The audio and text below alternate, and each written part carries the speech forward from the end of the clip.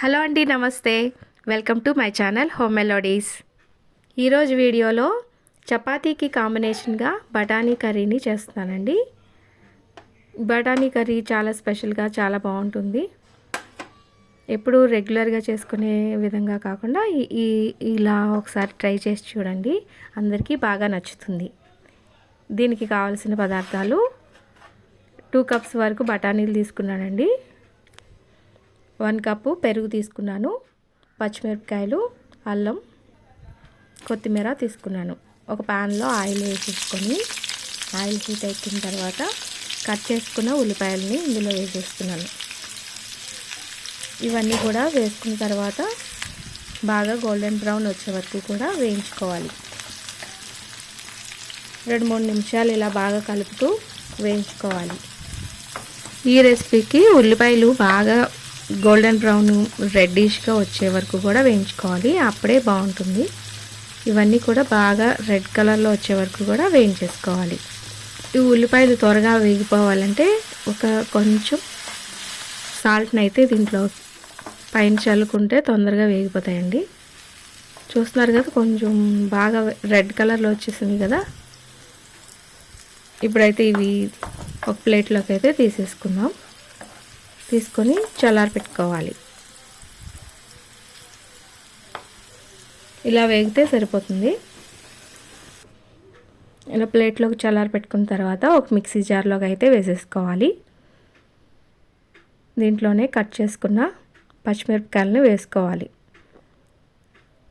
దీంట్లో కొంచెం కొత్తిమీర, చిన్న అల్లం ముక్క, 1 కప్పుడు పెరుగు వేసుకోవాలి. వేసుకొని ఇవి మిక్సీ జార్లో మెత్తగా గ్రైండ్ చేసుకోవాలి. గ్రైండ్ చేసుకొని పక్కన పెట్టుకోవాలి. ఒక ప్యాన్లో అయితే ఆయిల్ వేసుకొని ఆయిల్ హీట్ ఎక్కిన తర్వాత సన్నగా కట్ చేసుకున్న వెల్లుల్లి తరుగు, 1 స్పూన్ జీలకర్ర వేసుకొని పచ్చి బఠానీలు ఇందులో వేసేసుకోవాలి. 2 కప్స్ వరకు పచ్చి బఠానీలని ఇందులో వేసేసుకొని కొంచెం వేయించుకోవాలి. 2-3 నిమిషాలు వేయించుకోవాలి. ఇవి త్వరగానే వేగిపోతాయండి. కలర్తో ఉండేవి కాకుండా గింజలతో ఉండేవి తీసుకోవడం వల్ల మంచిది. కలర్ వేసినవి వాడవద్దు. ఇలా వేసుకుని బాగా వేయించుకోవాలి. ఇప్పుడు గ్రైండ్ చేసుకున్న పేస్ట్ ఉంటుంది కదా, అది అందులో వేసేసుకోవాలి. ఇది మొత్తం అందులో వేసుకొని బాగా కలుపుకుంటూ వేయించుకోవాలి. ఇందులోనే నేను పసుపు, కారం వేసేస్తున్నాను. సాల్ట్ కూడా వేసేసుకోవాలి. గరం మసాలా పౌడర్ వేస్తున్నాను.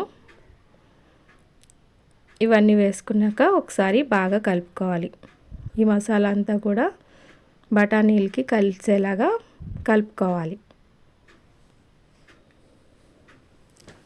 కొంచెం నూనె సరిపోతుంది, కొంచెం లైట్గా వేసుకొని ఇదంతా కూడా బాగా వేయించుకోవాలి.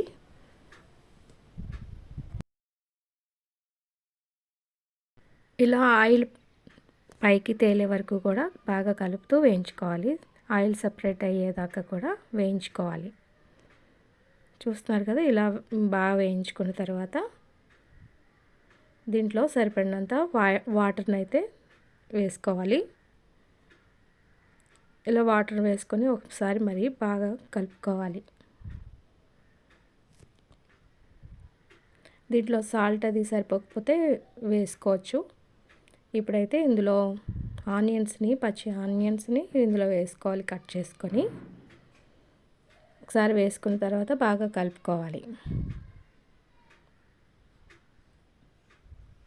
ఇలా కలుపుకున్న తర్వాత దీంట్లో ఫ్రెష్ క్రీమ్ని ఇందులో పైన చల్లుకోవాలి.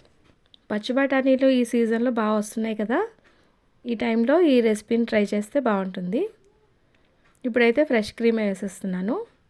ఇలా ఫ్రెష్ క్రీమ్ చల్లుకొని కొత్తిమీర చల్లుకున్నామంటే చాలా టేస్టీగా ఉండే ఎమ్మీ టేస్టీగా ఉండే బఠానీ కర్రీని చపాతీలోకి అయితే సర్వ్ చేసుకోవచ్చు. చాలా బాగుంటుంది. మీరు కూడా ఒకసారి ట్రై చేసి చూడండి. మీకు ఎలా వచ్చిందో కూడా కామెంట్ చేయండి. కొత్త రెసిపీస్ని చూడాలనుకుంటే హోమ్ మెలోడీస్ ఛానల్ని సబ్స్క్రైబ్ చేసుకోండి. Thank you for watching.